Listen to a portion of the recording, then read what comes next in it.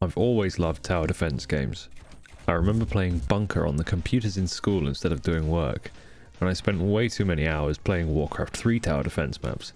But I never got into any of the modern attempts, aside from maybe Orcs Must Die. That was a good one. So anyway, Rogue Tower is a tower defense game that mixes in a roguelike element. You start with your tower on a single map square, and you call in each wave of enemies by expanding the map, which is a neat idea I haven't seen before. The roguelike comes in with a card system. Every few waves you're offered a card from a selection of those that you've unlocked. A neat idea that's occasionally frustrating, but generally you're given enough options that you never get an outright bad deal. The cards are a combination of unlocking new towers and buildings versus buffs for those that you've already unlocked, which leads to some interesting choices, but usually you can get pretty much everything you want anyway, so it's not life or death. In order to keep playing it for any real time, I had to mod it. There's a convenient mod installer that does all the file moving for you and probably doesn't mind too much eth on your PC while you have it running.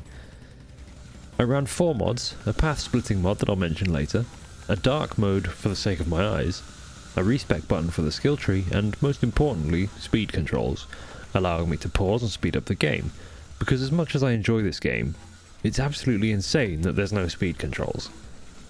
This feels like one of those games where the developer is obviously quite talented and had a great idea, then had to make all the stuff around the edges as well, which is why the game has unanimated voxel enemies, which to me is totally reasonable. It's a tower defense, you're going to spend 90% of your time playing God way above all of that, and it'll all get covered in effects pretty quickly anyway, so I couldn't care less whether or not the goblin's arms move.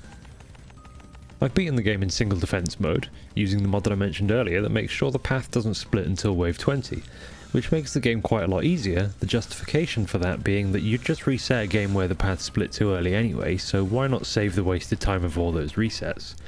You could argue that I'm not playing the intended version of the game, but I don't have hours to throw at failed runs, so I did what I did in order to see it through, which still took 15 hours of playtime by the way, though I might have left it running for a few hours somewhere in the middle there. The damage and health system in this game manages to appear far more complex than it really is. Enemies have 3 types of hit points: health, armor, and shields. Each tower has a base damage value and 3 multipliers, 1 for each of the hit point types. As well as this, there are 3 different dot types, that's damage over time for the normies in the back. They're burn, bleed, and poison, each of which is geared towards a hit point type. Burn prevents armor repair and deals its full damage to armor, bleed prevents health regeneration and deals its full damage to health, and finally poison, I'll let you guess what poison does. So the gist of it is that you have to balance the 3 damage types and dots to cover all of the different enemy types at every approach to your tower. Ultimately, it's not that hard from a strategic perspective, and it feels like once you understand what's required to win, luck plays a larger part in your eventual success than anything else. And whilst to an extent that's true of all roguelikes, it felt especially true here. It's worth mentioning, since I keep bringing this up in my videos, that Rogue Tower actually punishes a focused playstyle. Every time you build a tower, that kind of tower gets more expensive. If that weren't the case, I'd have played a radar-only game with hundreds of little biplanes covering the entire screen. The game's okay. If you're into tower defense games, you'll probably get a good kick out of it, but as soon as I beat it once, that was it. No desire to replay at all, which I think can be partially attributed to that very deliberate balance I mentioned in the previous paragraph. Because I can't realistically expect to win by playing focused builds, but rather have to play a balanced style, why would I want to do that twice? The success of so many roguelikes is determined by their replay value. I've played Path of Exile for well over 10,000 hours. Yes, really. And I realise it's not a roguelike, although when playing hardcore there's kind of an argument to be made for how it sort of is. But I've played it so much because I can play it so many different ways and achieve at least some level of success in all of them. So let that be a lesson to ye, future roguelike developers.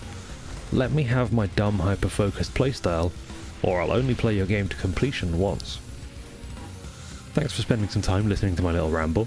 If you enjoyed it, like the video, subscribe to the YouTube channel, and check out my Twitch, there'll be a link in the description below. I stream fairly often, so you can see me playing some of these things live. Until next time, bye bye.